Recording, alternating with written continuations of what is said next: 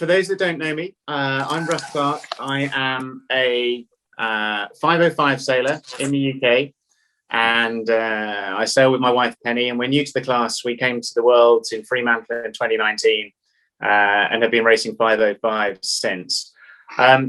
It's a real pleasure to be here. I feel slightly humbled seeing so many amazing sailors all on one Zoom call today to celebrate 505. And I know there's been a discussion about if we have a new brand, but I think the 5/05 is a silent slash, so we're okay. We can carry on with that. We've got 77 people on the Zoom, and a big thanks to the whole group of people. I won't name everybody who's put this together this evening, but the plan, if I refer to this evening, that's just because it's now just gone 6 o'clock in the UK, 7 in Central Europe. And what we're going to do this evening is I've been under strict instructions to make it not the next AGM. We'll do that when we need to. It's not going to be like a best man speech at a wedding or at a stag do. It's about having a conversation with a bunch of like-minded people about sailing and talking about our experiences and what's going on around the world to celebrate the community that's the 505. So we've got a couple of house rules, if I may. We are first of all going to record this because there's a group of people who didn't want to get up at 3 or 4 in the morning to watch us, and probably rightly so. But we do have a few joiners in the middle of the night. So we're going to record this. So if anyone doesn't want to be recorded or doesn't want to show us the inside of their dining rooms or living rooms, then you can turn your video off. We've got the power to be able to mute everybody. And that's just to make it easier so we know who's speaking at any particular moment in time. But if you do, if you're one of the speakers, please just feel free to unmute yourself and then join in. And we'll be doing a little bit of clever trickery halfway through so we can show you some slides from Les and from Roger. The chat room is open on Zoom. So if you want to pass messages or make comments, then please do. I think with the agenda we've got tonight, we're going to struggle to do any sort of questions and answers, but judging by the chat already, this may be something we'll try and do again in the future and a different forum with some different subjects from there. So that's the intro from me, really. It's an absolute pleasure to see you all tonight. I think we are now up to 81 participants online, so we're probably at around 90 people at least joining in, which is absolutely fantastic. So what I'd like to do, please, is hand over to our class president, to Michael Quirk, who it's 7 minutes past 3 in the morning, I think, Michael. And welcome to the fold, and the floor is yours, sir. Thanks, Russ. Well, how cool is this? It's quite spectacular, really. Never ceases to amaze me that the extent of the people that are still engaged in the 5O community goes well beyond those of us who sail the boats today, well beyond. Given the 5O class being around for over 6 decades, even those that are no longer sailing still have this passion for the boats that is quite extraordinary. It's very, very unique. It's not just unique in sailing, I think it's probably unique in any sport. No other boat, no other sailing boat I can think of is as relevant and modern today as it was 60 years ago. And that's, I guess that's on display here with this initiative and this call and all of us that have joined. COVID may be a major impact on our lives, but it certainly doesn't seem to be keeping the 505 community down. If I had to make one comment about the 5O class, it would be that because of its longevity, how long it's been around, the quality of people who've sailed it and that still sail it today, and an almost pathological focus on sharing the knowledge with others, we've got to a point where the amount of knowledge retained in the class is just is unique and extraordinary. People have brought expertise to the class, they bring knowledge, they bring experience from other classes, but none of that knowledge ever leaves. It's all still there, people are still around, and if you ever wanted to learn anything about sailing, any aspect of sailing, you could sail a 505. There isn't one single aspect of sailing you won't learn and get exposed to sailing a 5O. So whether you want to be a professional or just a weekend dinghy sailor, the information is all there, retained in the class, and there's always somebody prepared to help you. I'm not going to take up too much time. There'll be a lot of what I might otherwise say will be covered by others that are following. However, if there are a few questions that aren't covered during the course of the next hour or so, maybe we can handle them at the end, depending on the nature of the question and the time we have. I've unmuted it. So I'm going to hand over to most of you know Pip, some of you may not, but most of you will know Pip. When it comes to somebody whose entire life has revolved around 505s, there are a few people out there, but not many that would match Pip. Ebby, I would have to say, must be bloody close, and he'll be talking to us later. So Pip did the Worlds in Adelaide as a very young boy back in the very, very early days, late 50s, early 60s with Paul Elstrom. That was the launch of Paul Elstrom's career, and Pip taught him everything he knew. He may be a little bit past sailing today, but he's still pretty much at every national and international event he could probably get to, and also has a wealth of knowledge about the class. So Pip, over to you. Well, thanks, Michael, and that was a great introduction. And all I can do is say ditto and endorse everything, your comments. For those of you that don't know me, I first did my first 505 season in Australia. We always talk of 2 years together because our summers overlap 1 year at the start of the next. My first season was 1960-61, and then as Mike just mentioned, I was fortunate enough to sail with Paul Elstrom in our Worlds here in Adelaide in 1966. And just as an item of casual interest, that World Championships that Adelaide held in 1966 was the first World Series of any international class in the Southern Hemisphere. So it was really quite a milestone for yacht racing in Australia. Following that, I was lucky enough again to sail with Paul when we had the Worlds here again in 1983 and then again in 2007. So one of the very few lucky people who had the opportunity of sailing with the great Paul Elstrom in 3 World Series. And then in 2008, I sailed with Rob Napier in Italy, and I sailed with Rob in, I sailed with Paul in 83. I sailed with Rob in 2007, didn't I, Rob? That's right. Anyway, so hi, Rob, good to see you. I made a decision in my middle 40s that I love the 505 so much. I just made a personal decision that sailing 505s was the most important thing in my life, more than business. So I scaled down my whole interest in business activities and focused on my sporting activities. And as most of you that do know me, that I consider the 505 my huge international family, and it's given me over the years more pleasure than anybody else that's watching this screen tonight. And as Michael said in his brief introduction, that with regard to the 505 class, it is such an incredibly informative class. There's so much experience here. It's just amazing. And the one thing that's always really impressed me, well, 2 things. One, in Paul Elstrom's book from way back in the early 60s or 70s, when he made the comment, out of all those classes he sailed over all the years, his favourite class was the 505 and still the best dinghy, which reiterates what Michael just said, that the 505 is as relevant today as it was back when it was first designed by John Westall. And the other thing that I've noticed over the years, of all the people I've met around the world in the last, since I started travelling in 1966, a lot of these people are now my age and older and even dead and deceased and gone. But there was one common thread out of all these well-known, famous international yacht races. Whenever I've had the opportunity to speak to them and ask them the normal Pip Pearson question, what's the most enjoyable years of your sailing experience been? And almost to a T, almost every single international yachtsman said, oh, Pip, my most memorable days and my best days of yacht racing have been racing the 505. And I really endorse that.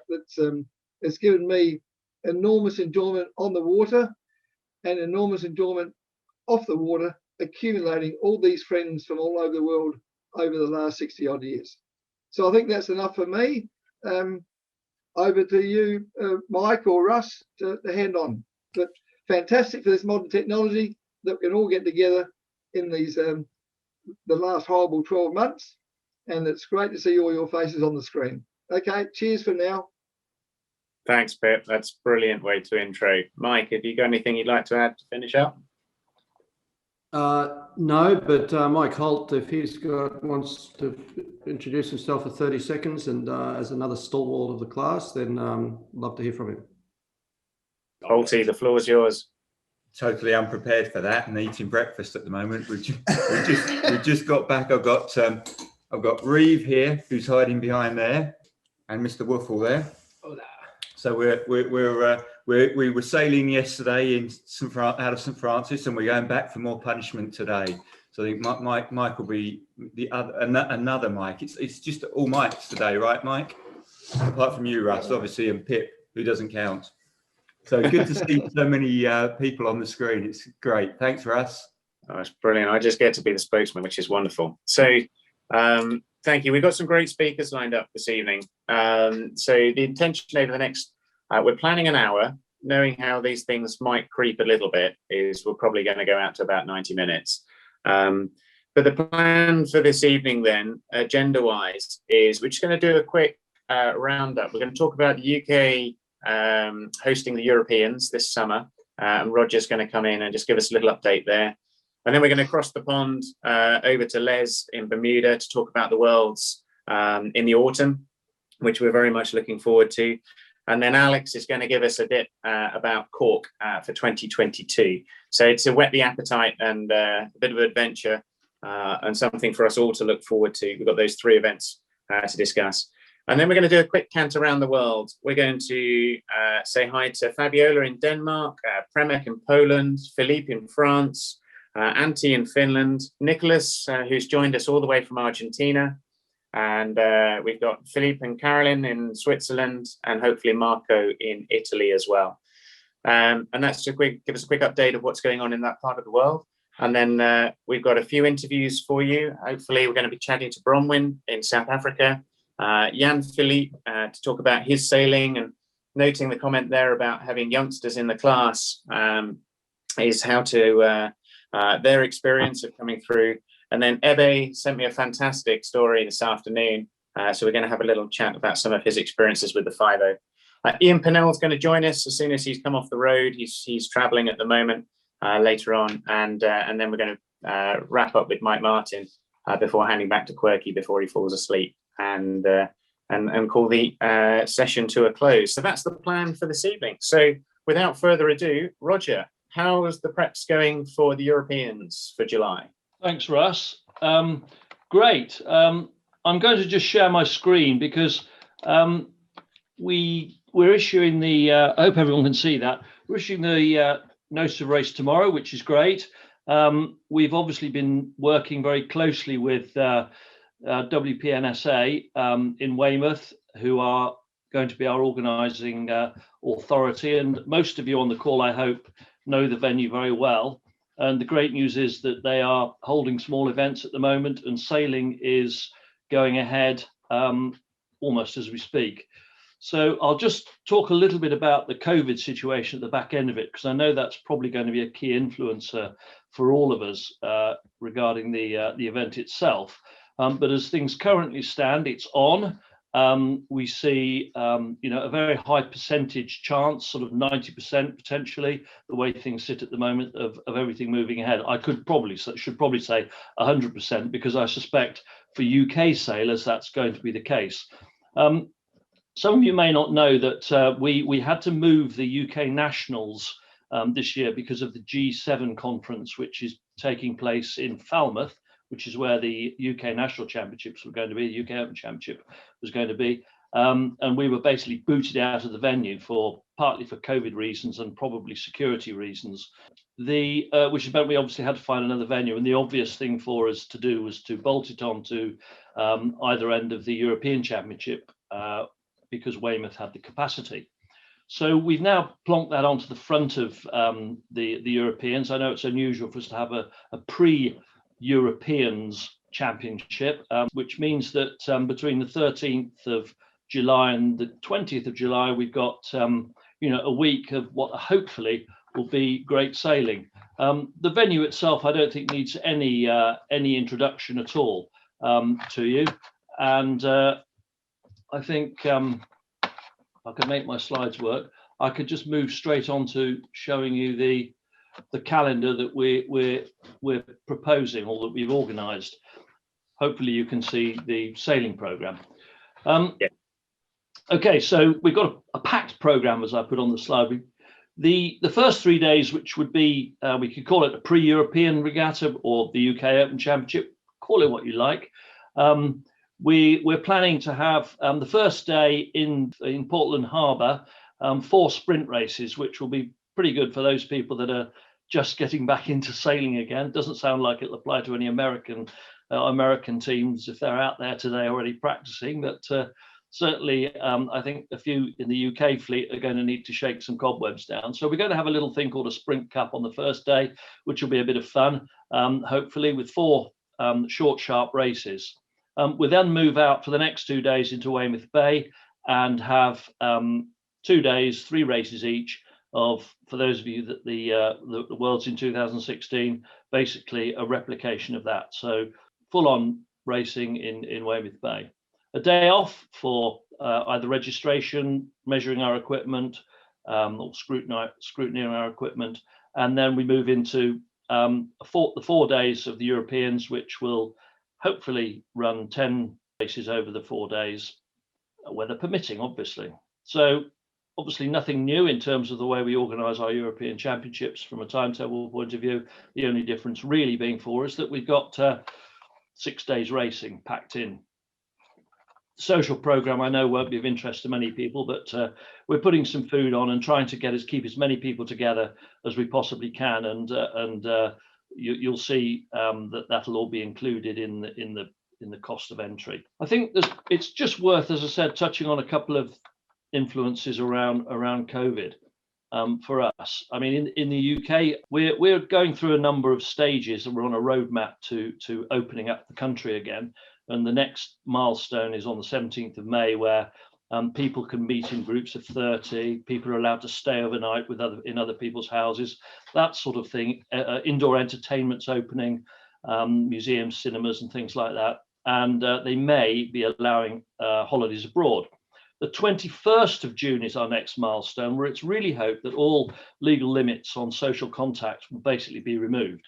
So it'll be sort of almost back to life as we used to know it, but I think there will still be a few things that we're having to comply with. Things like mask wearing, I understand, is probably one of them.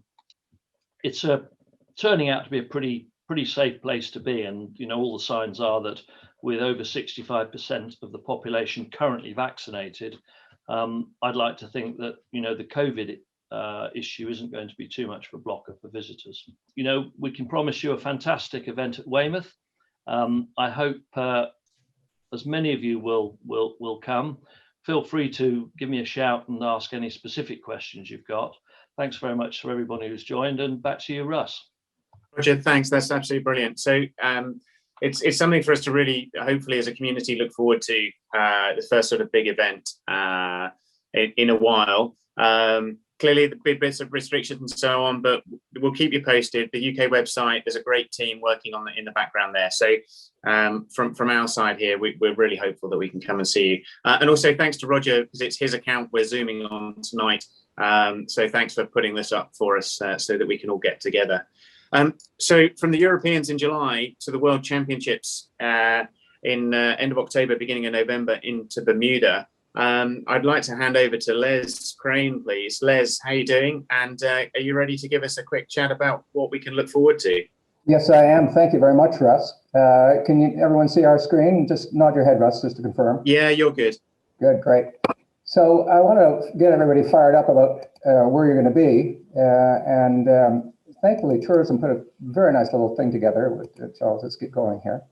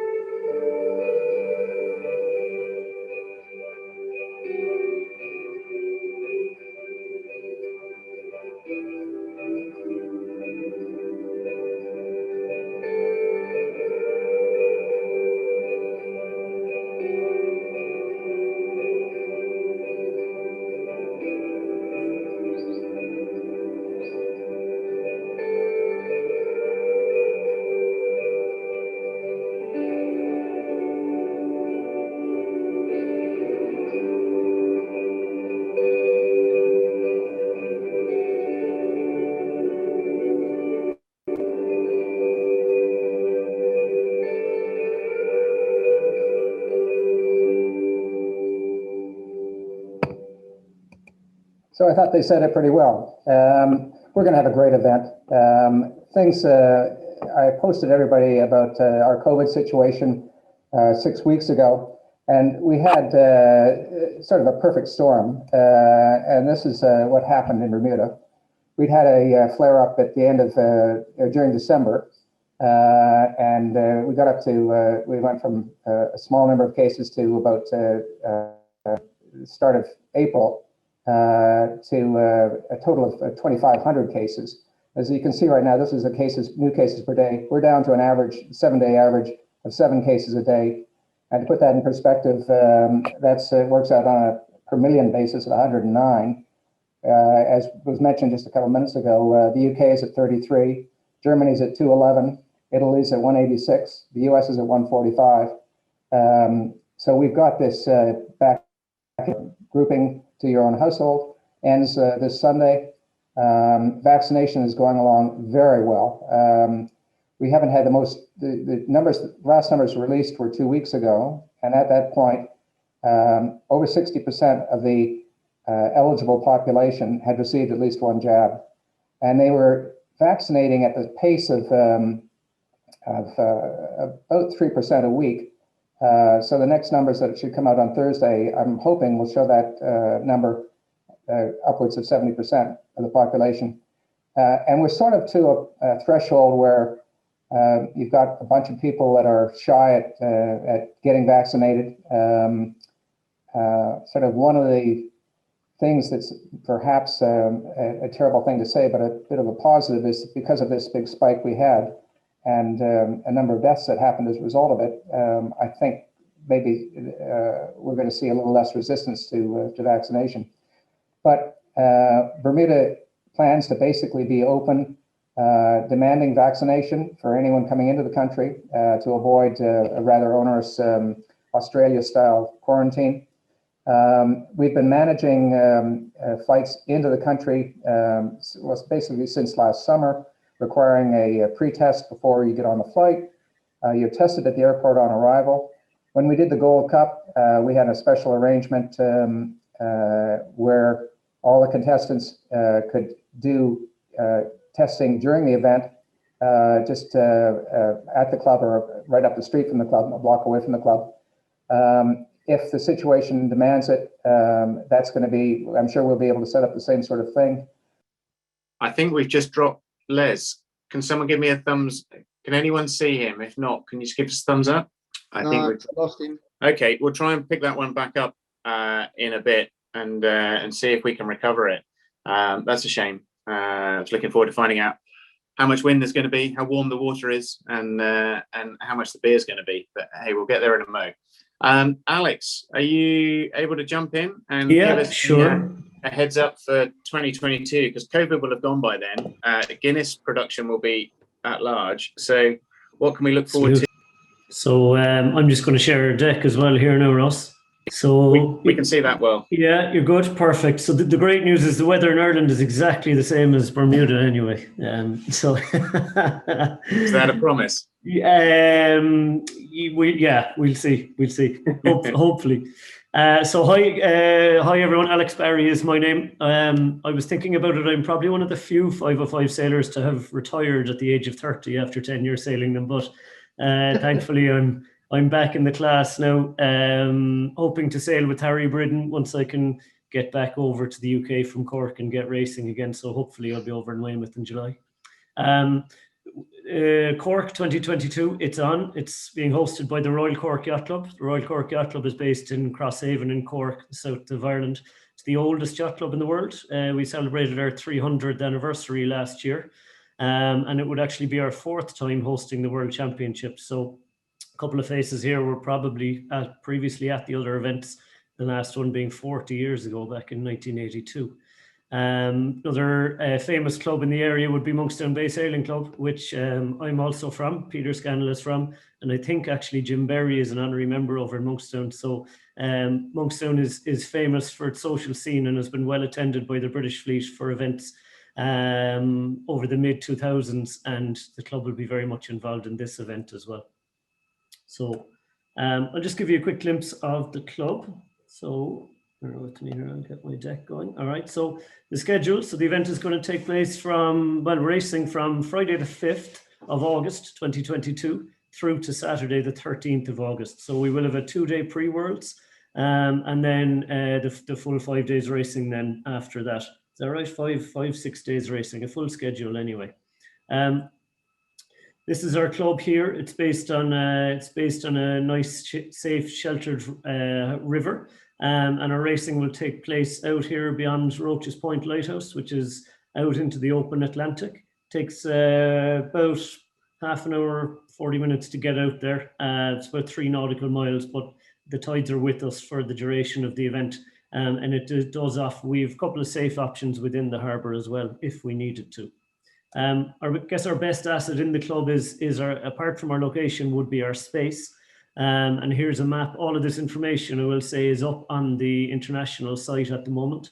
There's full event information. So over on the left here, we space for containers at number 1. We space for parking, loads of space for boats, which will be cleared out, through to our slipways, and all the way up to a full clubhouse with bar, dining facilities, playgrounds for children. And up in 11 here, we have our camping and caravan site as well. The club is located in a village, so it's not necessarily a centre out on the edge of town. It is in a village with shops, pubs, restaurants, nice walks, places to go, and plenty to do.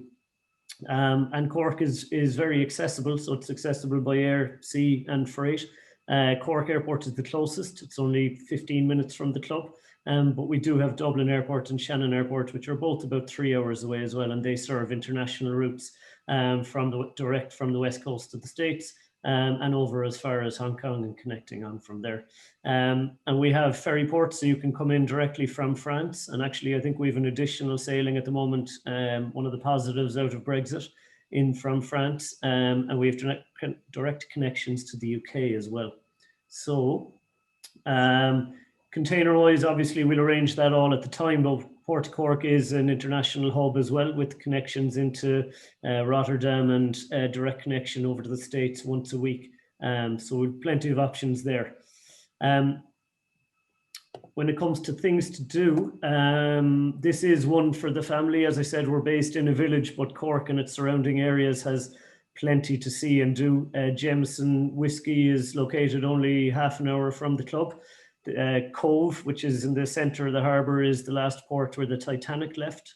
In the image here, we have our own version of Alcatraz, which is Spike Island, and Cork would be the culinary and gourmet capital of the country as well. So we have loads of nice restaurants, loads of eateries, and obviously loads of pubs. So we don't have any sponsors on board just yet, but we would be hoping to get one of the beverage companies on board to help us.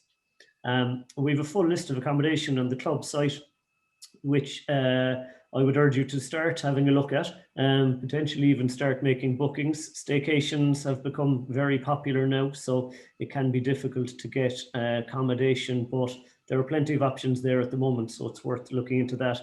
And I would say something we try and do here in the club is we try and place sailors as much as we can with local families. And I've already set up some forms for expressions of interest. So if you and your crew are keen on staying with the local family and maybe reducing the accommodation costs, we'd more than encourage that. Great way for us to get our members involved, get them excited about it, and I suppose have people remember it for years to come. We have our principal race officer appointed already, an international race officer here from the club. I think Walter is going to run the jury for us, as always. And we have everything really is lining up and ready to go. We're due to have the Topper Worlds at the end of July. So Ireland's a bit behind on COVID, so we're still sitting on that. But big events, I suppose, are we're used to them and we enjoy them and we're capable of them. So that's a quick rundown from me, I think, Russ. Hopefully enough there. We're not doing a huge amount of promotion just yet because just want to keep the focus on Bermuda, obviously, but when the time is right, we'll pull the trigger and we'll go hard on it. That's brilliant. Absolutely brilliant. Oh, we can't wait to go. And I personally have raced over in Cork. The sailing ground is amazing. There's already a couple of messages coming through in the chat room. And as we go through the evening, you know, for those that are scattered across the Zoom world is, you know, if you've got recollections of where people are talking about, please throw them up there. It'd be great to follow those as we go through. I think Les is back on, Actually, but what we'll you know do... what, Ross? Sorry, Ross, I Oh, go forgot on. something. Yeah, yeah. I forgot something important, right? Just about the Irish fleet.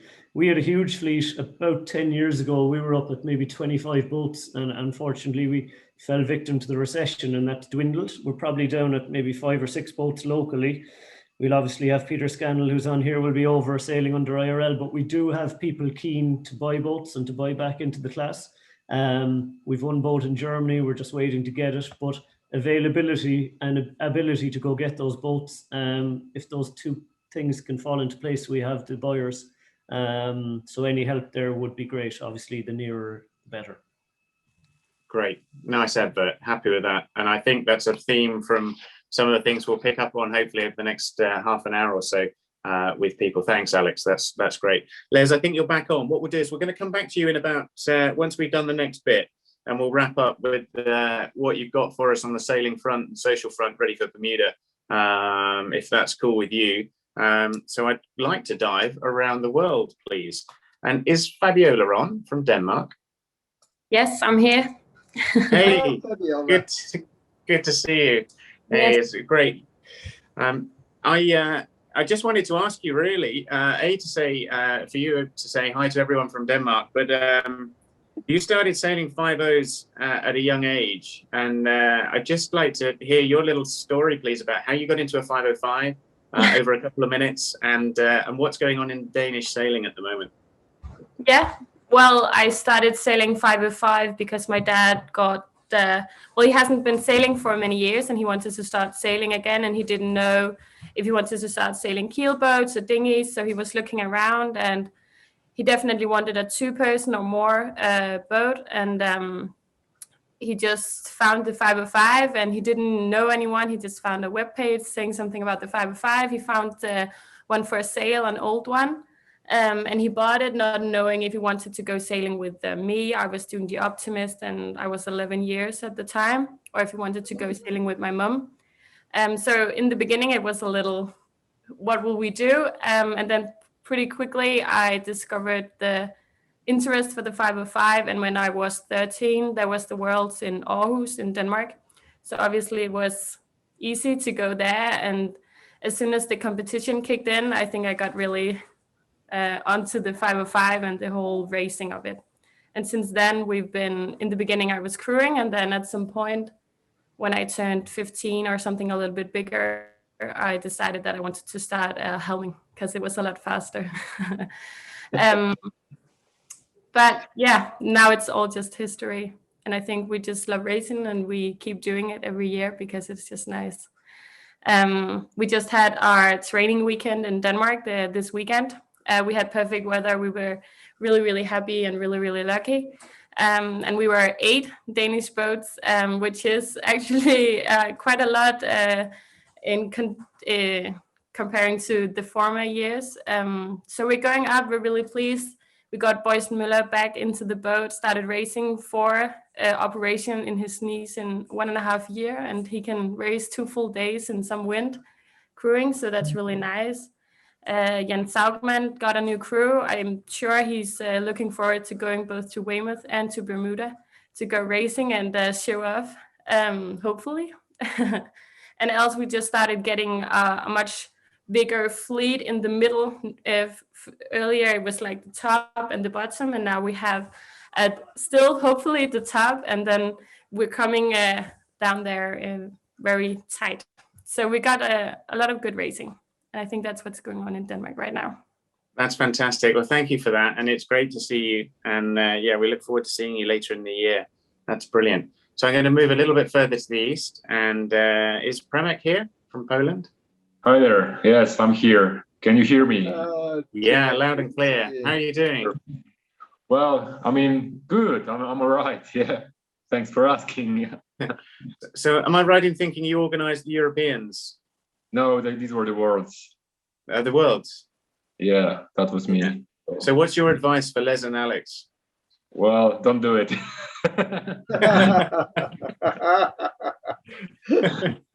Otherwise, you will end up like me. I mean, you got spent like 1.5 years just working for this. I mean, and yeah. But anyway, it was very nice, and I mean, I'm really happy that I did it. Yeah. So that was just a joke. And we've seen some great pictures online from your website from some of the sailing. Have you been able to do much sailing over the last year? And if so, what are you guys looking forward to this summer? Well, I mean, the story is that, I mean, we have quite a big growth during the Worlds. I mean, some newcomers to the class, and we just end up more than 30 teams racing in 2018. And then after that, we observe a drop of people willing to sail the 505. And then the COVID came in, but unfortunately now the things are moving forward. And during this winter, we got two new hulls.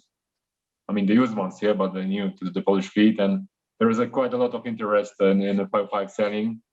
You have people who, I mean, stop sailing, and now they will say back that they're coming back to the class. Together with some newcomers, and this year is looking really strong. Yeah, we will have a first regatta next weekend. Actually, no, in a week and a half. We start in the Polish Cup. We start in Gdynia, then we stay at the Bay of Gdańsk for another 2 races, and then we're going for the open sea to Ustka for the Polish nationals, and then we're just moving to the west border to Świnoujście and Szczecin to finalize the entire Polish Cup regatta circuit. This is going to be 6 events, and I hope that around 20 plus boats will take part in each event. So everyone invited to come to Poland for racing. I hope some of you still remember the times in Poland during the Worlds, maybe some of you during the Europeans in Sopot. And yeah, we're looking forward for racing in Poland. Yeah, and actually, the winter was quite tough and was quite cold, and still the spring is coldish. I mean, not as warm as it's supposed to be, and then the COVID situation has blocked us a little bit. I mean, you see my haircut. I mean, the hairdressers were closed, and I'm just queuing to get to hairdresser. Yeah, but things are really looking good for the future, and I will have my vaccination this Saturday, and then the number of people infected is really dropping. So we really hope for a good racing this year. Yeah. Well, that's great. That sounds really optimistic, and I hope your fleet has a really good summer. And hopefully we can see you over in the UK at some point in the summer. But if we don't, and if the traveling is limited for now, then it sounds like your fleet's doing really well. So that's great to hear. Yeah, I mean, there is a group of Polish sailors who's willing to come to Weymouth, and we have 2 teams that is planning to go to Bermuda. And yeah, I mean, some will go to Kiel, maybe, I don't know, but I'm trying to push people to not only to sail in Poland, and some of they do. So hopefully you could meet some Polish sailors all over the world. Yeah. Hey, Przemek, that's great. Thank you very much for your update. I'm going to move south and west now. And Philippe, are you still with us? Are you still hiking? It looks like you're hiking in your picture. We can't hear you. Give us a shout. And I think, if I'm right, it was your birthday recently. Is that correct? Hang on a second. We just need to unmute you. See if we can work some magic. Working? Yeah, good. I think it was your birthday recently. Is that right? No, it's not my birthday. My birthday it was 2 days ago, 3 days ago. Yeah. Well, happy birthday from the 59 50 years old, so I am very young. Well, happy birthday from the 505s. My English is not very improved, but I hope that you can understand me. Perfect. Hello, 505 sailors. I would like to give some news about the French fleet. Some boats have changed owners, which seems to be good this winter. We hope that the participation will progress at the regatta and or at least be maintained. The situation is not easy as it is for the whole world. The last official regatta we did in France was in November 2019 in Maubuisson, close to Bordeaux, with 16 boats. Did you hear me, Russ? Yeah, we're good. Okay. So 505 train in Brittany in La Rochelle. We hope to be able to participate in the International Sailing Week in La Rochelle at the end of May. If this event is not cancelled, I think it will be cancelled. I think so. The French fleet will be concentrated on the French Championship, which will take place from the 10th till the 14th of July in Lorient in Brittany. All foreign sailors are, of course, welcome. I know that it's the same date that the UK nationals, but we cannot change the date. The French class will organize a refresher training the day before for everybody with Stefan, with our coach. From there, some of the French 505s will go to the European Championships in Weymouth and us. And there will some French 505s making the trip to Bermuda. And I see you there.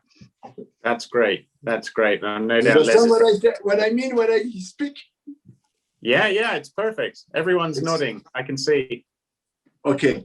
And we work on the boat and some technical things with Stefan, our coach, and it's great for us. We try to we sailed some weekends during the winter, but it was not allowed. But we hide, to go on the water in La Rochelle.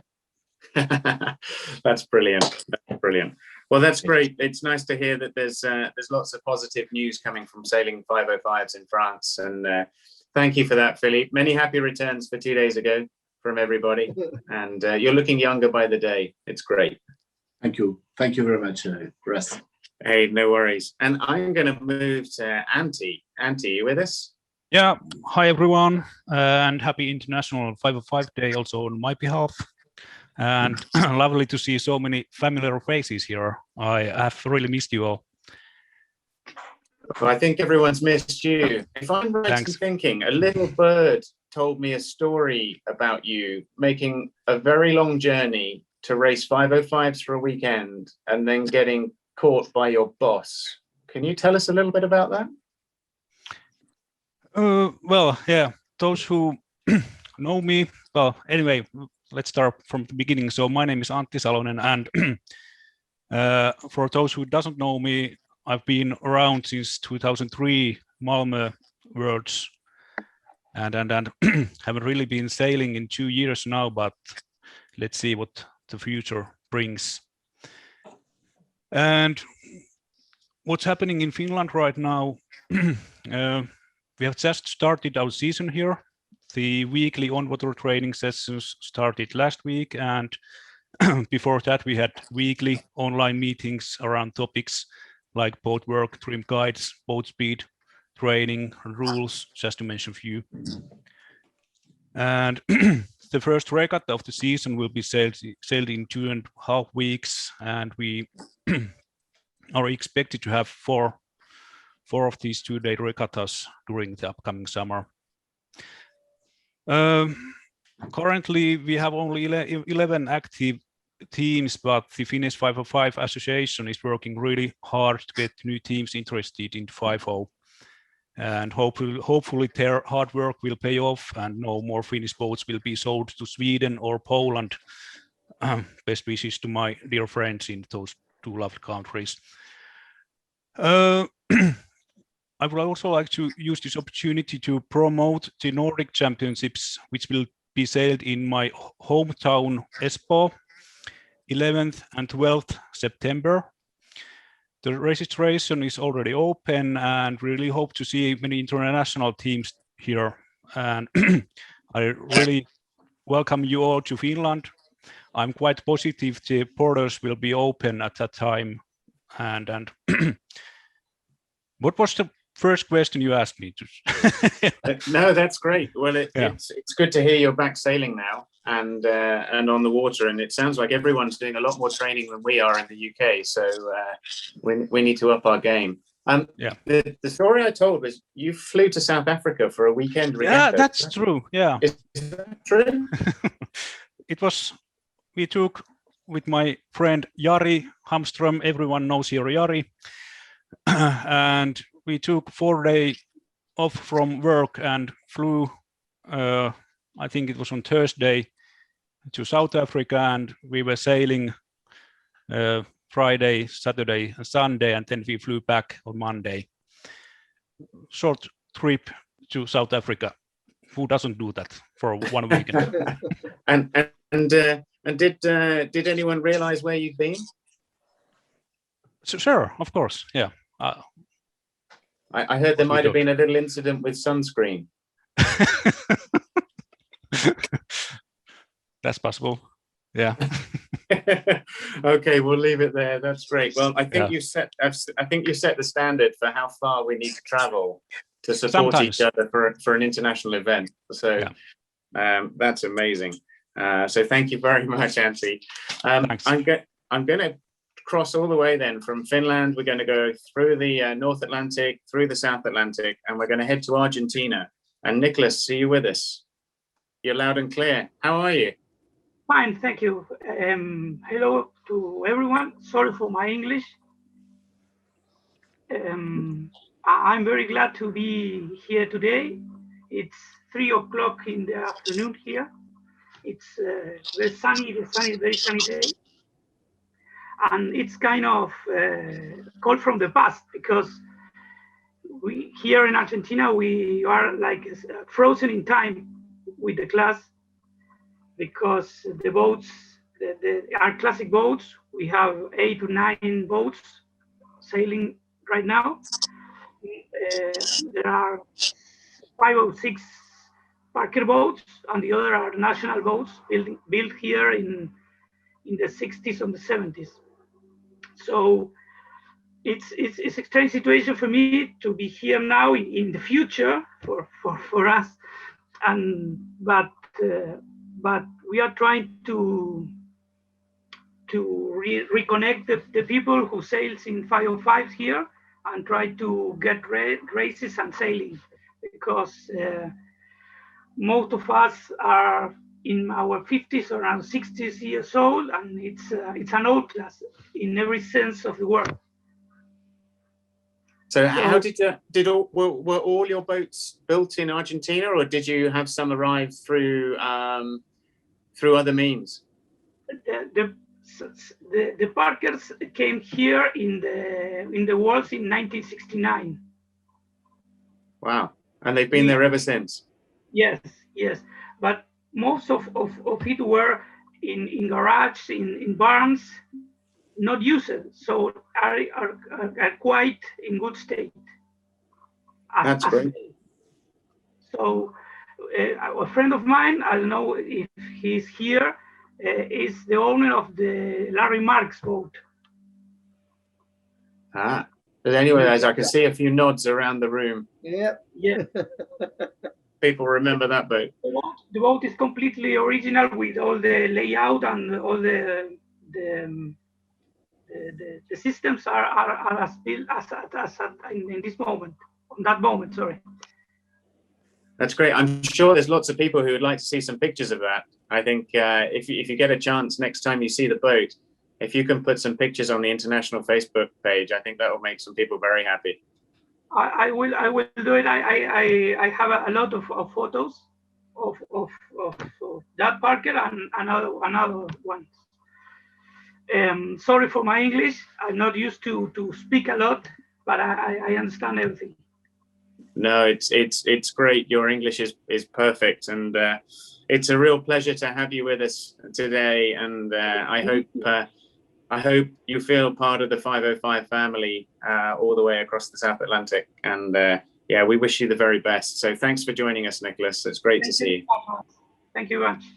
Hey, no worries. Right, I'm going to dive back to the east, and we're going to Switzerland, and we've got Philip and Carolyn in Switzerland. Are you with us? Yes, we are. We are. Hey. Hello, everybody. Hey, how are you doing? What's going on in Switzerland? So it's very nice to see everybody here tonight. and we enjoy coming back and have some regattas. And maybe we say something now about Switzerland. And I leave Philip. As I'm a bit more fluent in English In than English. Caroline. Well, the situation in Switzerland is, I would say, steady and calm, like it was in the last 4 years. We have 5-6 competitive boats. As we are not enough, I would say, to really organize events in Switzerland, we have decided to use the international event around Switzerland, as we are quite well centered. So we go in France, we go in Germany, we go in the Euro Cups. That's always the same boats. Not very difficult to attract new people. And the COVID situation is not helping, I would say.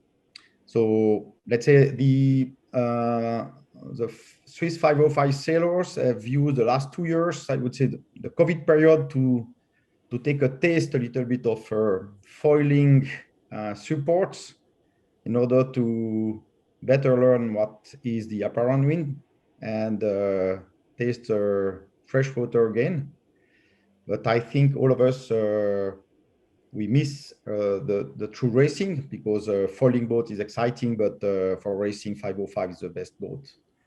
Definitely fast and maneuvers and so on. So we still have good boats, and hopefully people will want to come back to make the big events. That's our case. We will come to Weymouth. We intended to go to Riva. I think we will go in France and then head to Weymouth. We'll see how it goes, but definitely this is what we'll do.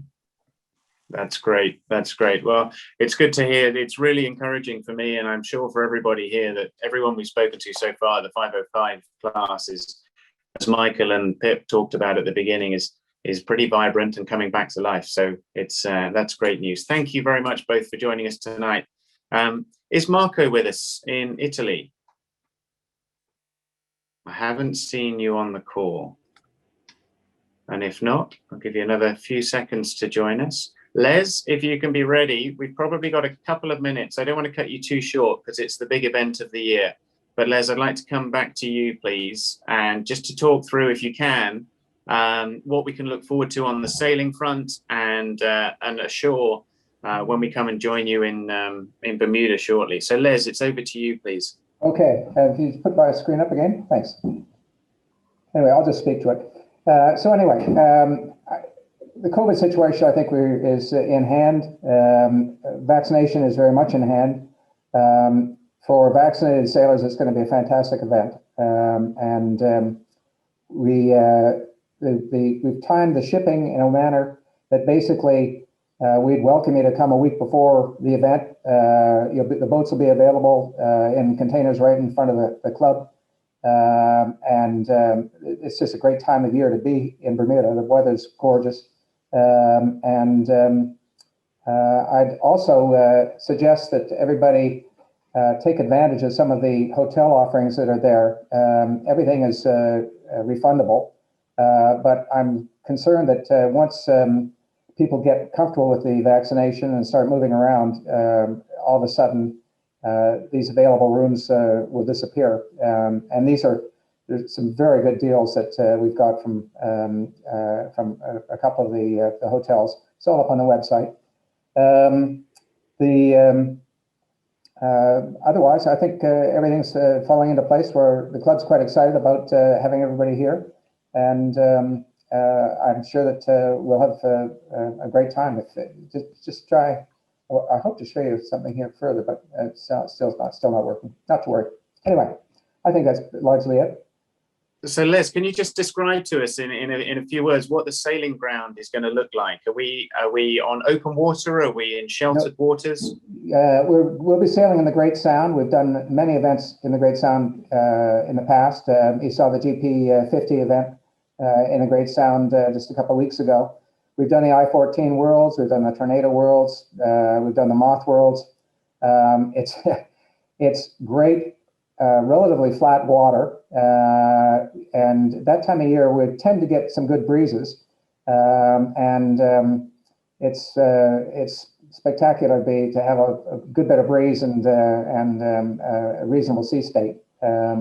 It's also all of 20 minutes out from the club, so it's a very usable space, and we've had a lot of experience hosting great events there. I'm sure this will be the same. When you say a little bit of breeze, if I was to say that from someone from St. Francis, it's about 35 knots, and if it's someone from Europe, it's about 8. What are we talking with good breeze? Well, I mean, no, we're basically the statistics are all up on the webpage there, but basically 15 to 25 knots is quite reasonable. Wonderful, right? We're in. Sign me up. Water temperature will be 22 centigrade, and it's a great time. You know, the water doesn't cool off until a bit later in the year. And the water in the wintertime, water gets down to 18, I guess,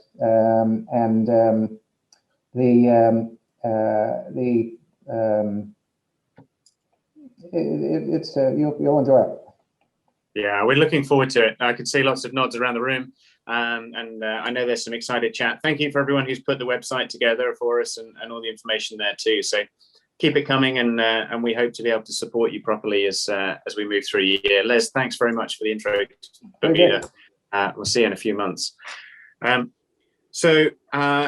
That's great. We're sort of moving on now to a few interviews we've got here, but there's a couple of people. We've got a lady in Turkey who's here. Is Alan there? Hello, hey. hello. Hey, how you doing? You're in Turkey, is that right? Yes, we're in Turkey. We're locked down here in the little old COVID lockdown, and I sailed on 5.0s in the 70s and 80s, and that made me addicted to life on the water because we lived on the bloody 5.0s then. And since then, we've been spending our squillions on a triple 5.0, it's a 15-metre boat now. And we're trying to sail around the world, but we've got from Australia to Turkey, and we're here just riding out this storm. Hopefully you can make it through Europe, catch up with some 5.0 friends on the way through, and we'll see you in the UK. Okay, can I say a couple more words? Yeah, delighted. Go for it. Okay, I'd like to thank Quirky for remembering us, and I'd also like to thank Terry and Jeff Kerwood for mixing up a whole bunch of polyester resin and fiberglass mat and balsa, and giving us great Australian Kerwood boats to race on. That was wonderful. And also I'd like to thank Terry and Jeff Kerwood for pointing us in the correct direction, and Reg Crick and all the rest of the boys, and Gary Branages, and all in on giving us wonderful people, tough as hell though, to sail against. And also like to thank Peter Hewson, the guy who came over the line just behind me on every race we were in. He was steering, in other words. Thanks, guys, for letting me speak. Bye. It's a pleasure. It's great to have you with us, and yeah, lovely to hear your stories. I think you've summed up the class absolutely perfectly there with tough as hell from there. Nice to see you. Thanks very much. So what I'd like to do now is there's a handful of people here who I think have got some really interesting stories to tell. I'm assuming, can people give me a thumbs up that we're good to go for another sort of 30 minutes, and we'll just keep chatting and listening to people's stories?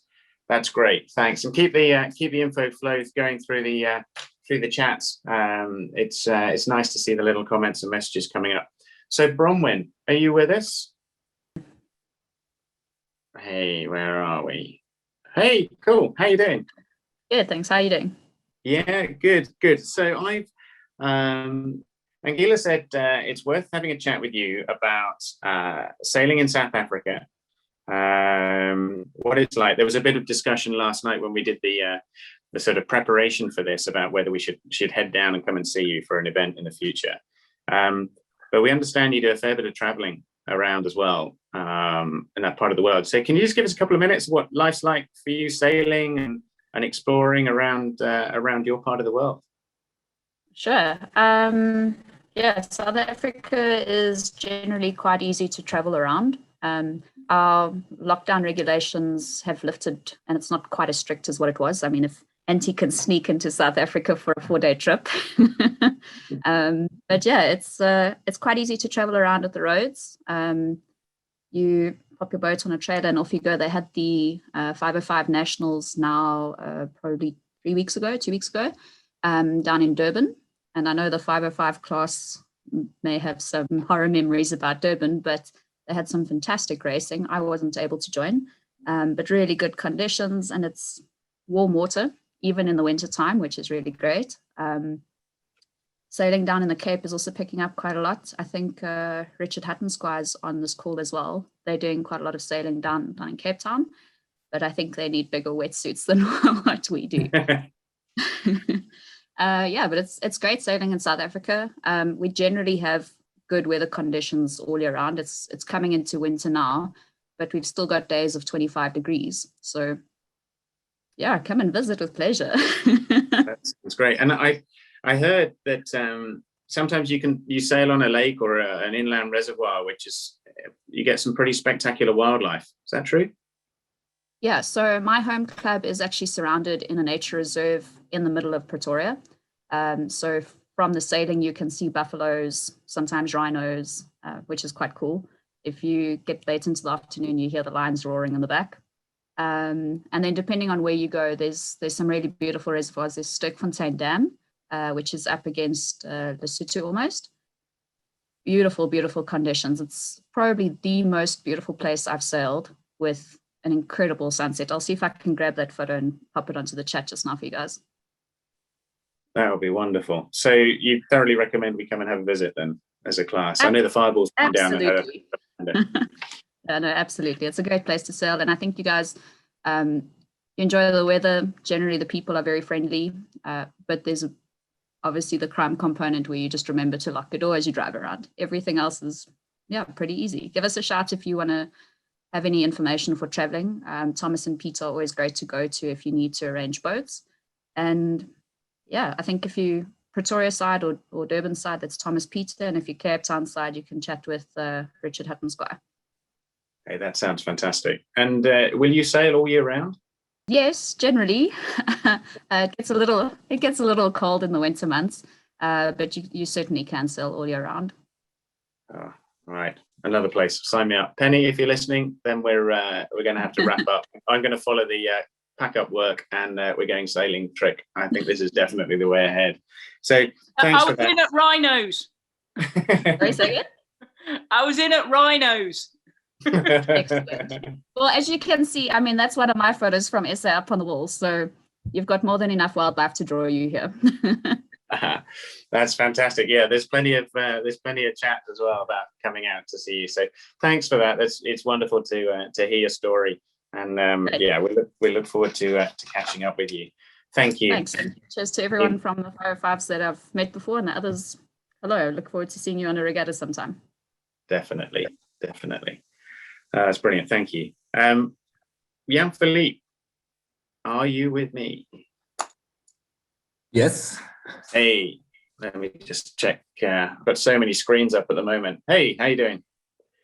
I am fine. And you?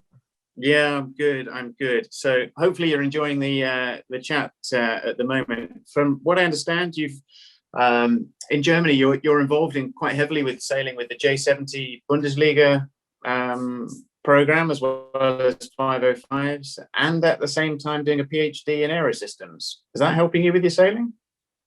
Yeah, we just try to sail as much as we can. So the problem is still the COVID restrictions. So we can't go to 505 sailing everywhere, but we can have some J70 training.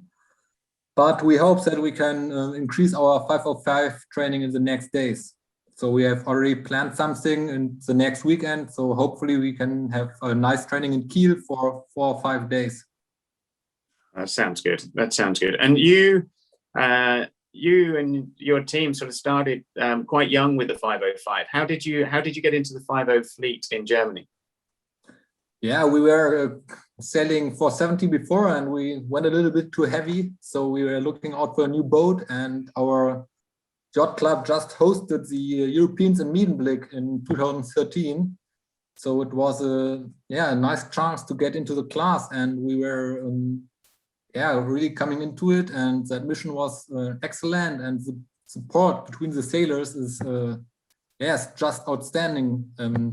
Also in the moment we can ask questions and get some hints, and the class is so nice and really loves the boat and the power and the sails and the speed of the 505, and so we stayed in this class.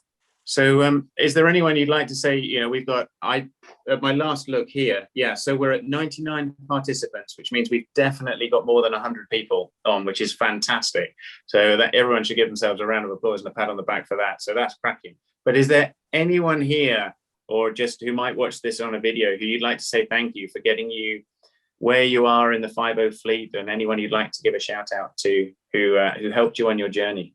I think there are quite a lot of people for sure. There's Holger who gave us the first step, but also the whole German 505 class, which lent us a boat for the first year. We could just take it and sail the first regattas, and then we were able to step in with an own boat, and we are also very thankful to Boysen Möllers, who really supported us with sales. So for sure I have forgot a lot of people, but it was and it is a great time in the 505 class, and we are really looking forward to the next international events. Also, we are really thankful for the Australian guys who made it possible for us to go to the Worlds in Perth last year. So I think it's a theme which lots of people on the call will recognize is, the boat it's a big, expensive boat to start with. And without class associations or federations having a boat to allow new people to try it, it's a big step for people. We came through the same route. We were lent a UK boat, which was great. So it sounds like your experience really helped you commit to the 505, and then lots of generous people supporting you with time and energy to help you on your journey. Yeah, there were quite a lot of people who helped us to get in, and we hope that we now can help younger people, because we for sure need a lot of younger guys and also girls in the class. And I hope that there are a lot of teams coming up from Germany, but also from the rest of the world. So if we were to edit this video later, and you had 20 seconds now to advertise the 505 class to young sailors coming through, both boys and girls, what would you say? My view, it's the best thing in the world. It's like riding a wild horse if you're on the downwind with a big spinnaker and a big wave. So forget the big keel boats like J70 or anything else. Just take your time as long as you can and sail the best and fastest dinghy with the nicest people all around the world. Well, that sounds pretty good. Quirky, did you get that? We're gonna clip that. That's definitely going out. Thank you. Hey, Jan-Philipp, it's great to hear your story into the 505 class, and hopefully, in 50 years' time, we're still sailing them together and telling stories about the first time we did a big class Zoom call. And I look forward to that. So thank you for your time this evening. It's great to chat. Thank you, Ross. Hey, no worries. Ebbe, are you with me? Yes, I am. Hi. Hey, how you doing? Oh, I'm fine. Thank you. So we've got many thanks to say. One is you sent me some fabulous stories this afternoon about your first experience with 505s and then some of your traveling adventures. But also you've got that fantastic background you've put together for today. Yeah, I saw you post that online, and I think a few people have adopted it from there. We spoke earlier, but I think lots of people here know you, but there's probably a few who don't. Can you just tell us about your introduction to 505 and what it felt like for you as a youngster? Yeah, so I'm located in Stockholm, and there I've been living all my life.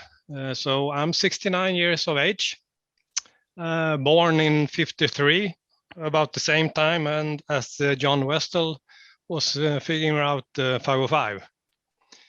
So a couple of years ago, I retired from work, so I'm a pensioner right now. I've been working in the computer business for many years in the support and service area.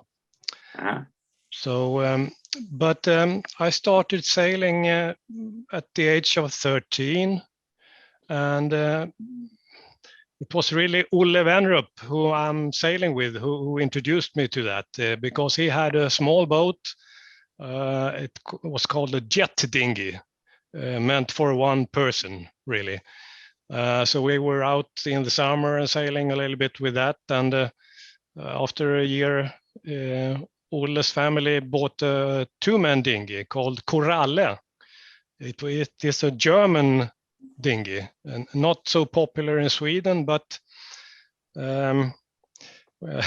we sailed that for 2 years. And at the age of 16 or 15, we bought a boat called Trapeze. It was very popular in the whole of Scandinavia. And in Sweden, we had, I think, around 100 boats. And especially here in Stockholm, it was very popular in every clubs. So in my local club, we had 4 or 5 trapeze dinghies. A two-man boat, about the same size of sail as a 505, but no spinnaker. A spinnaker was introduced a year later after we stopped that boat. But there was one time in 1970 when the 505 increased a lot in Stockholm. Many people in the trapeze class had got their eyes on the 505, which was growing very much in Gothenburg and also in Stockholm. So we also had one 505 in our club, and we could try that once in the summer of 1970, and we were hooked. And a couple of weeks later, we found a advertise for a boat almost new in Gothenburg, which we bought. At that time, we were not that. I mean, it was our family who sponsored most of the boat, but some money we got from ourselves. So that was the introduction to my 505 in 1970. Was your first sail in light winds, or was it? Was it a howling day? No. My sailing club is on Lake Mälaren in Stockholm, and it is not a big lake, but it was trapeze weather at perfect conditions. And this 505 was actually a 505 that was built in Finland. There was a guy called Herbert Lönnfors who started to build 505s in outside Helsinki, and some of those boats had been imported to Stockholm, and one of them was in our sailing club.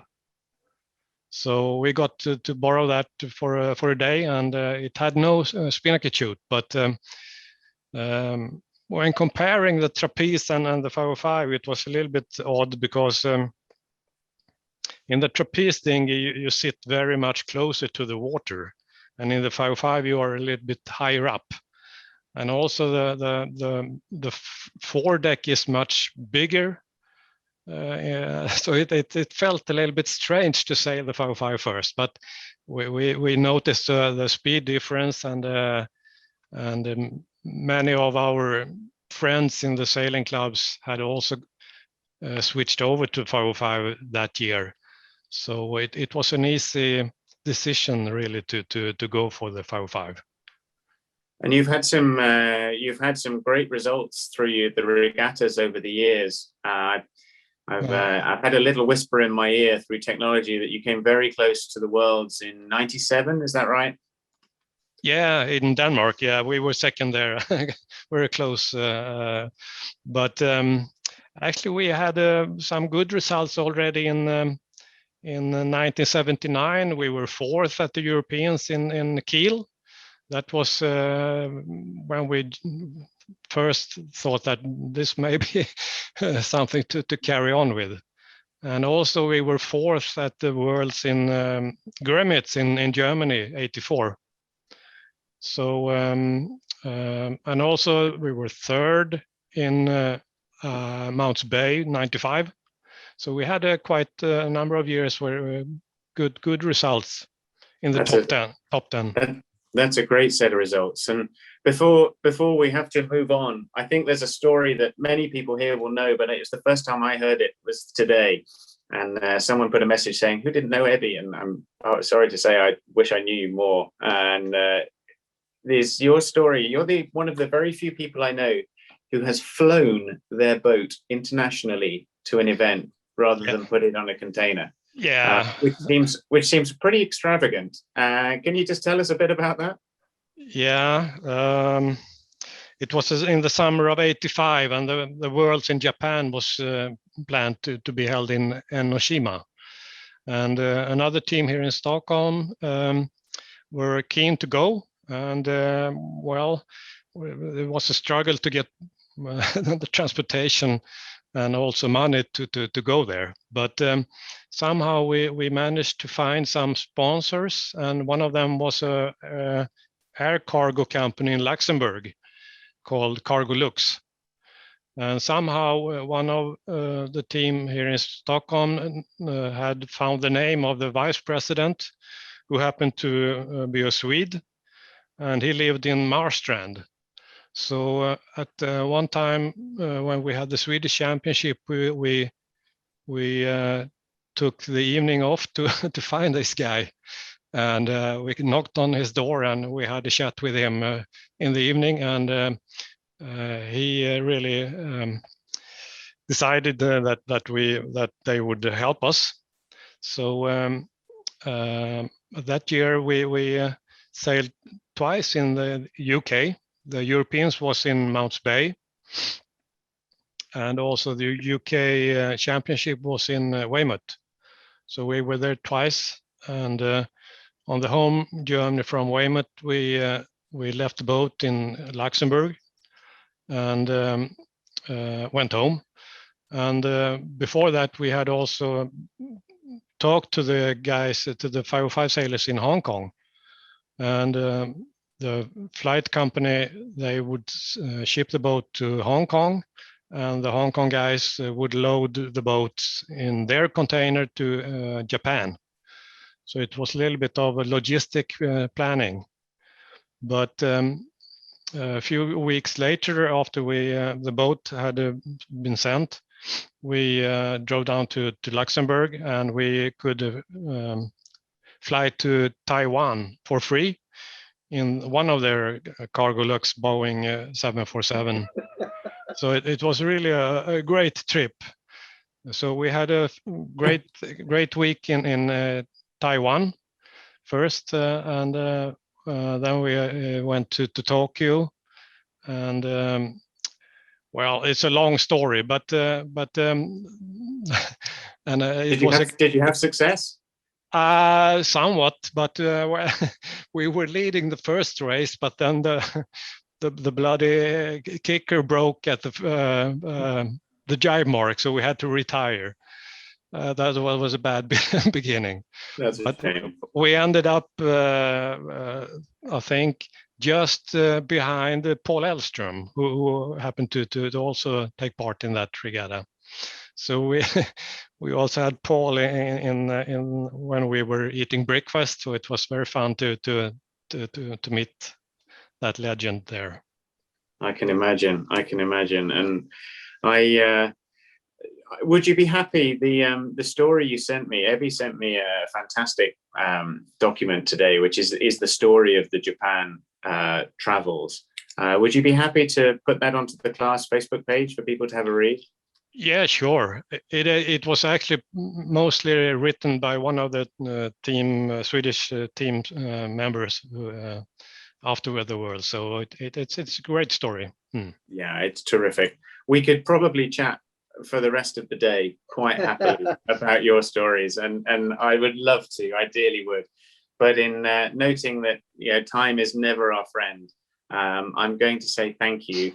And I'm going to leave us all wanting more, which is the best way to finish any kind of training session or somewhere where we want to learn about things. And I'm going to move on. But thank you for that. That's fantastic. And it's great to chat to you, Evie. Yeah, thank you, Russ. Thank you, everyone. No problem. Nelly, are you out of the car? Yeah, I'm back. Yeah, back here. I was only 5 minutes late. That's good. That's good. I put my foot down. No surprise there then. Yeah, we'll wait for the letter in the post. Ian, we've sailed together a bit, and it was great fun the first time we went down to Cannes together. But one of the reasons we wanted to bring you into the chat this evening is you joined the class back in the early 90s, sort of 1991, 92 sort of period, but you've raced so many different types of boats. I think, and Pip, it may have been you actually who called this out at the Frio, the Perth Worlds, which was you've got over 30 world, European, and national titles, but you're passionate about the 505. Yeah, why is that? Well, yeah, I've sailed all types of boats in my time over the years. Started when I was sailing when I was 10 years old. So yeah, 50 years of sailing, racing, from Olympic classes to national classes. And just the 5.0 is just the boat. Everything's adjustable. You can race it in 35 knots, as we found out in San Francisco, the 2-race day, which was brutal, but we still finished the race. So yeah, just everything's adjustable. It's just it's my favorite by far. And you've done a lot of work with manufacturers and as a sailmaker as well. But one of the things I sort of wanted to ask you this for today's discussion is, where do you think, since you've joined the class, the sort of biggest technological change in your time has been that's sort of taken the performance to a new level to make it, a boat that's still attractive when we're surrounded by catamarans and single-handers and other boats that foil, that the 5.0 still has a real longevity to it. So what do you think technically the 5.0's done that you think is a great idea and moved it forward? Well, obviously there's been lots of development, fairly smallish developments over the years. But I guess probably one of the biggest changes has been probably the rig from back in the day when we used flexible Proctor D masts, when people used to break them, every event. So the rigs have gone super stiff now. Well, a lot stiffer than they were, using a lot more rig tension, more stable and flatter sails. And it's just improved the performance of the boat no end. And then on top of that, then you've got foil development and all the other things, epoxy hulls and hull development, etc. And what do you think? The kites have got bigger, the poles are different, stiffer, stronger. Everything is geared up to taking more load. What do you think's going to come next for the class over the next 5 or 10 years? That's a very good question. Noting it's not an AGM, so we don't have to vote on it. Yeah. And whether carbon mast will come in, I probably have my doubts. That would be obviously the biggest change of anything, but I'm not so sure that's really going to happen. I don't think people will vote for it particularly, because it's an expensive upgrade compared to a tin mast.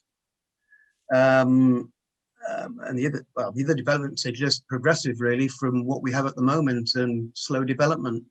Yeah, okay. So it's all about incremental development. You've been one of the people, along with Holger and Mike Martin and Holty, who've helped us on our journey into the class at the moment. So as you look back now, as you moved into the 5.0, what are your sort of fond memories of racing it, both around the world and in the UK, and some of the personalities that have stood out to you? I guess, yeah, there's a few highlighted events, which I guess the one which sticks in my mind is probably the Durban Worlds in when it was 50 knots for about 5 days. We couldn't go sailing. 3 boats were broken. We almost lost Jim Berry. Hey, Jim, you're all right. I see you're in the background there. It was brutal. It was a mental regatta, and I didn't even have enough spare masts to tell people. Sold out. Is that why you flogged us a new one? Yeah. And so looking forward to where we are now with the 5.0 class. You and I have chatted about it on our travels and so on. But for me, it's a class that we've epitomized tonight is about friends helping friends and organizations being able to help young sailors come in. How do you think classes around the world or people that are on this call who may be able to support, and you've been involved with that with the UK class boat and getting some youngsters involved, how do you think we can take getting participation into younger sailors as we move forward? I guess making it's getting shorter races, I think, are probably quite important. Make it more exciting, more of them. I'm just trying to make the events fun. Social events certainly help. Talking of sociable events, I think it's probably remiss of us not to have a little Nelly story from one of your adventures at a regatta. Are you happy to talk to us about Miami, maybe? Miami? No events from Miami. No, I think you got the wrong venue, Russ. Sorry.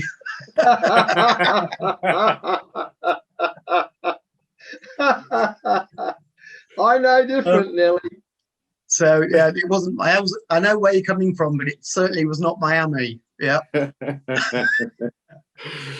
All right, we'll leave it quietly there then. Yeah. And save it for another day. I won't embarrass you. But no, thank you for that. It's interesting. I think the incremental development bit is something. Looking back on the different class websites, the US website is excellent to go and find snippets of how the boats have progressed over time, and we've learned how to sail it. But Ian, please, do keep supporting the class as you have, and especially us and the rest of us in the UK and Europe with all your knowledge. It's absolutely brilliant. So thank you for that. And thanks for joining us tonight. And hopefully you didn't get done for speeding on the way. Hopefully not. Yeah. Good to meet you all anyway. Yeah. Thanks, Ian.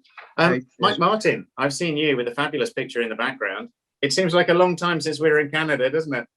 Yeah, and it's amazing. It's an even longer time since we sailed the last race of the Worlds. I was counting. I think it's been 28 months or something since our last Worlds race. So amazing.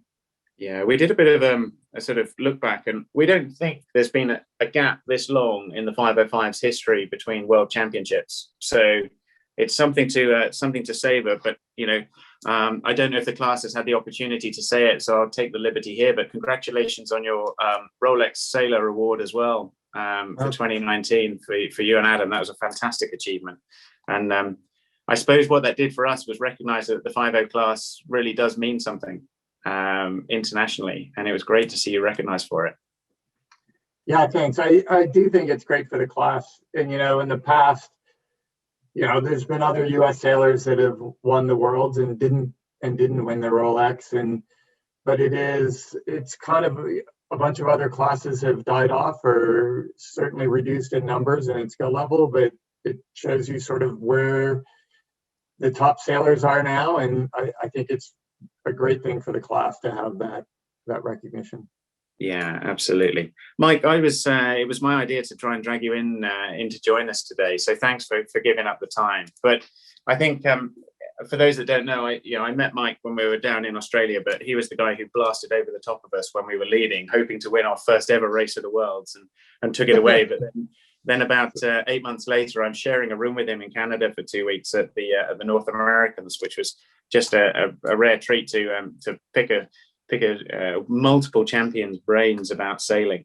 But Mike, you've done so much. And I think probably a couple of things I'd just like to lean into tonight is in the 5.0 sense, I think, am I right in you're the only person to have won a Worlds as a helm and a crew? That's correct. And so can you just talk to us a little bit about your transition from one end of the boat to the other? And have you been back? Well, I went back and forth a couple times, actually. So, I grew up being a helmsman, sailing fins and lasers and all sorts of things. And then, obviously, size-wise, I was closer to crew size, especially on the East Coast, where I started sailing 5.0s. And when I moved out to California, I sailed with Howard, and it was a bit of a struggle actually to always be gaining weight. I was tired of force feeding myself, and I figured, it would be a good training program for both Howard and I to be training against each other. So I decided, what the hell? Let's try driving. So yeah, I lost a bunch of weight and then drove for the Durban Worlds that everyone remembers so fondly. And then actually the next 3 Worlds, I think I sailed with Howard back in the front of the boat. And then until I started sailing with Jeff Nelson for the Santa Cruz Worlds in 06, I think. And and then, we sailed together for years. But even though you were helming the 5.0, you were doing the middle and the 18-foot skiff for a while, about the same time. Is that right? That's correct. Yeah, that was a blast. Those things are crazy and powerful. And yeah, obviously Howard and I have sailed together for years, and we're great friends. And it was great to sail with them and against them at the same time. And closer to home, and one of the sort of themes I wanted to sort of encourage for this evening is encouraging youngsters to get into the 5.0 class. And your Tuesday night club in San Francisco absolutely reaped its rewards at the Perth Worlds, with a whole bunch of you standing in the right up at the front of the top 10. Can you just talk to us a little bit about what you've done as a community and 5.0 community in your part of the world? Yeah, it's hard to get the program going, that it has its good years and its bad years. And, it's great to get new people in. We've had a couple of years where it's just fantastic. And really, you only need 4 or 5 boats to make it a really, really powerful, useful, training tool. And actually today we're going to go sailing at St. Francis with 5 505s on 505 at 5:05 p.m. So we'll have a good session today with myself and Adam and Robin Holtby, and Reeve will be out there. I don't know who's Reeve's with. He switches skippers a lot. Dave Shelton and Bruce Edwards, who a bunch of you probably know, and Eric Anderson, who is 3rd at the Worlds in Perth, is sailing with Caleb, who's actually a kid who's senior in high school right now. But we saw him down there and we were chatting with him, and he said he was interested, and we got him out there, and he does great. And it's awesome to have him out there, and he's excited and telling all his friends about it. So yeah, I think everyone gains. We share information. We try to speed each other up, and now we got Holtby and myself pushing each other. So we'll see how that goes. Excellent. Well, let's hope for a light wind Worlds. And no, that's great. And it's that kind of community, I think, that everyone here can relate to really well. You've been involved in sport, though, at the very highest end, and 2013 America's Cup you were heavily involved with. Can you just talk to us a little bit about that and your experiences of what you may have taken from your sailing in the past to how you managed that sort of period with extraordinary sights, scenes, and equipment that were whizzing around the harbour? Yeah, so I was director of rules and umpiring for the America's Cup in San Francisco, and there was a couple of reasons that I was selected. I wasn't even a certified umpire, but they wanted somebody that came from high performance sailing. They wanted somebody with a very technical background, because part of it was rewriting the rules and creating this tracking system and an app to do electronic umpiring. So they needed somebody that was, high performance sailor, good with the rules, and technical background. And so and that's why they reached out to me. And yeah, and we developed this, we call it the UMP app, and pretty cool. It worked with some call it differential GPS system that's accurate to 2 centimeters and updates 10 times a second. And yeah, because you can't really keep up with the boats, the racing yachts with power boats. And, you know, if you do, all your energy is going into driving the power boat, not into umpiring. So yeah, it was a great tool, and yeah, a lot of development went into it, and that tool or variations of it are still being used today in SailGP and in the America's Cup that just happened. So yeah, it was really interesting to be involved with that, and you learn a lot about sailing and race courses in general, and yeah. It's amazing how in the last 8 years that technology has transformed how we watch sailing for the future. So I hope for the class that we're able to get sponsors involved who can continue that kind of work and be able to promote the class online with live tracking and then video and so on. So yeah, hopefully that's a way ahead. Do you think that's possible? Yeah, it is the key of the whole thing to be accurate enough is this differential GPS, and that's actually commercially available. The beacons are actually much more worldwide now, and they're actually used in agriculture quite a bit. And you just pay for the service to access them. So as long as that can happen and they're in the areas where we're racing, then yeah, the program is surprisingly simple actually. So yeah, that can be done. Brilliant. Okay, well, fingers crossed there's something to hope for. So the longest reigning world champion in 505 history without a regatta between one or the other. What are you going to do between now and Bermuda to get yourself ready so you can try and retain it before us Europeans wrestle it off you? Yeah, well, the whole point is to keep you Europeans from getting it. So yeah, we got our training group here with Rob and Holty, and so the goal is that one of us win it and one of you don't. Okay. You know Holty's an infiltrator, don't you? We've officially accepted him as an American now, so. Wow. Okay, now we've got our work cut out then. So we're going to have a separate Zoom for everyone apart from the US to work out how we can topple these guys, because I think they're going to set a standard pretty damn high. Mike, it's great to chat to you. Thanks for giving your time today for us, and it's great to see you. We look forward to seeing you in Bermuda and having a catch up. And sail safe this afternoon. Enjoy it. I hope you get about 50.5 knots at one point, just to send you down the bay at full chat. And yeah, have a great sail this afternoon. Thanks for joining us. Okay, great. Thanks so much. And I look forward to seeing everyone in Bermuda. I've had the pleasure of sailing in Bermuda and sailing a 505 in Bermuda in the Great Sound, and it's absolutely fantastic. If you're only going to do one Worlds in the next few years, you should do that one. Well, that's no better way to wrap that up. Thanks, Mike. It's great to chat to you. From one Mike to another, Quirky, we're back to you. It's been a bit longer than planned, I'm sure. It's still fabulous. We've still got 99 callers online. Hopefully everyone's still with us.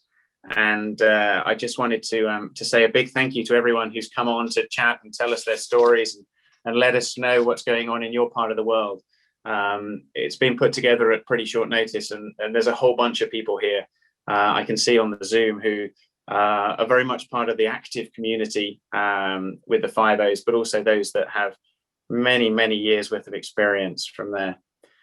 If I can be cheeky and take a bit of liberty, I'm new into the 5-0 class. We sailed our first one, the UK class boat, back in the October of 2018-19, and we were lent it. And Roger Dean and Ian Pennell were, get in this boat, go sailing. Oh, and by the way, you're going to Australia. And we pitched up in Perth. Penny and I have sailed a vast variety of boats, from foilers to catamarans and all sorts of dinghies and offshore racing. But I'm kicking myself that I didn't get in a 505 20 years ago. And since we've been in it, we can think about nothing else. And it's fabulous. But what I wanted to say was there's a whole group of people on this call, and one of which who no doubt would have 1,000 tales to tell us is Holger Jess. And if I could sum up our experience with the 5-0 class, we arrived in Fremantle early.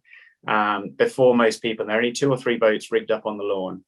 So we pulled our 5.0 out of the car park, rigged it up for only the second time ever because we had a practice on the driveway at home before we put it in the container, and then went to go sailing. And this guy came over and he said, "Hi, we're launching in 10 minutes. Do you want to join us?" And at that point we still didn't have sails bent on and not quite sure about this. We said, "Well, we'll join you out there in a bit." And anyway, we did, and we launched, and we worked our way out through the harbour, and there was a 505 waiting for us at the harbour entrance, and it had a German sail number, and we were like, great, we'll line up with these guys.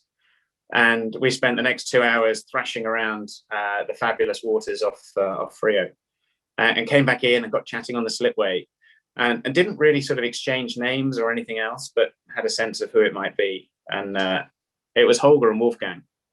And that evening we went home and Googled them, and they Googled us. And we came back down the next day and they were like, "Hey, you guys know a bit about sailing?" And we were like, "Yeah, so do you, apparently." And Holger, to all your credit, you took us under your wing for 5 days, including on Christmas Day. And there's a great photograph where someone took through a telescope on a balcony while they're having a glass of wine and eating turkey, and we're out training in the harbour. And you taught us how to sail a 505 in 5 days. You didn't have to do that. You were the current world champions, and you made us newcomers to the class feel very welcome. And then that continued from the moment everyone else arrived for the rest of the preparation for the Worlds.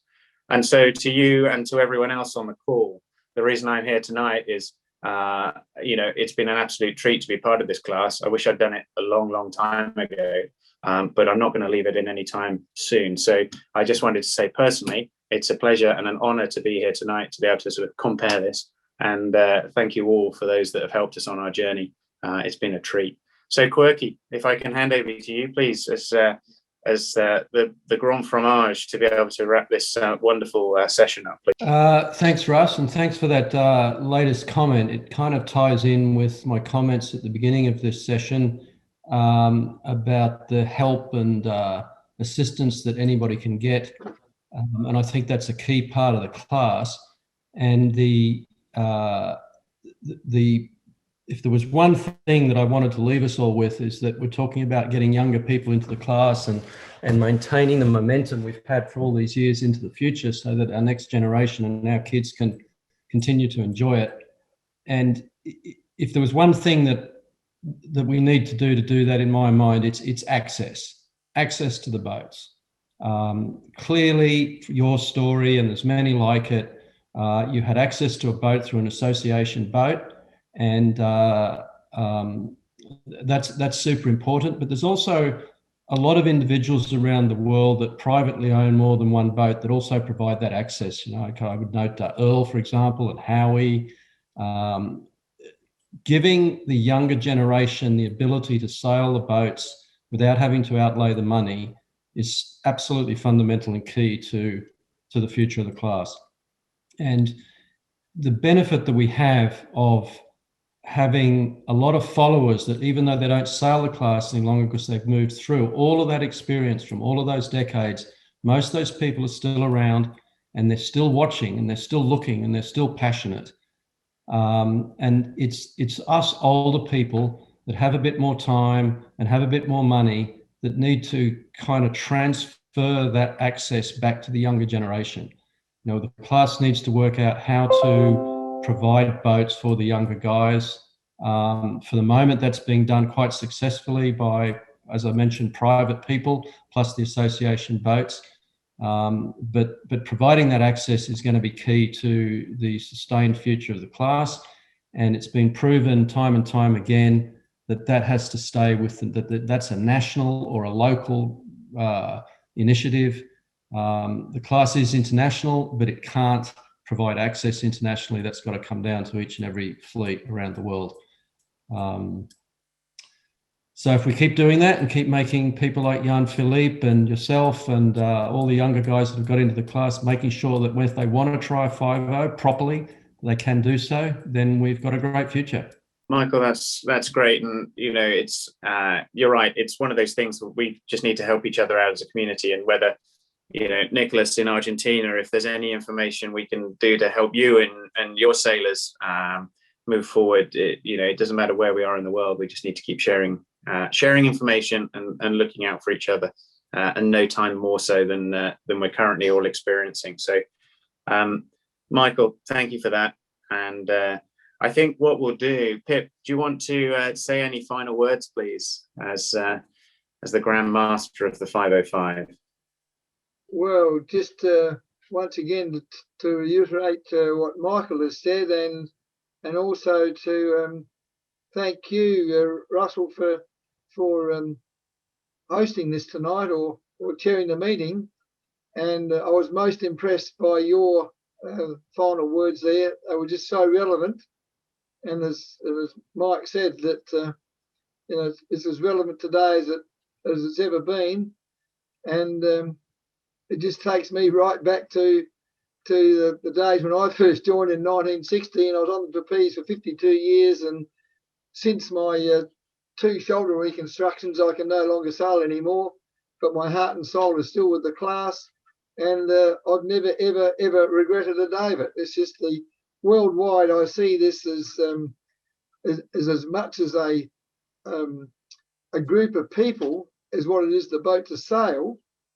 And I picked up on a comment that Nelly made when you were asking him what have been the improvements along the way that have made the boat so good. And over the years, the speed of the boat hasn't increased all that much when you consider the small increments of improvement along the way, which have been significant. But the thing that we mustn't overlook at any stage is the simple fact that the greatest asset of the 505 is John Westall's hull design and the sail plan. And all the other improvements have been quite minor along the way. And the reality is we're not sailing the boats that much faster in 2020 than what we were in 1960. Now that might seem to be a ridiculous statement to make, but it's true. But the boats with all the modern rigs and the better sails and the better blocks and pulleys and all that technology has just made the boat so much easier to sail. But from anything between 5 knots and 35 knots, it is still the best dinghy in the world. But more importantly to me, all these people that sail around the world are also the best people in the world. So on that note, I'll leave you, and thanks again for doing this. It's been a great initiative. Well done. Pip, thanks very much. I can't add anything more to that. So thank you. It's been a pleasure. And what I'll do is, rather than close the call, if people want to stay on the chat and hook up to meet with other people and so on, we'll do that. But I'm going to mute now. I wish you all the best.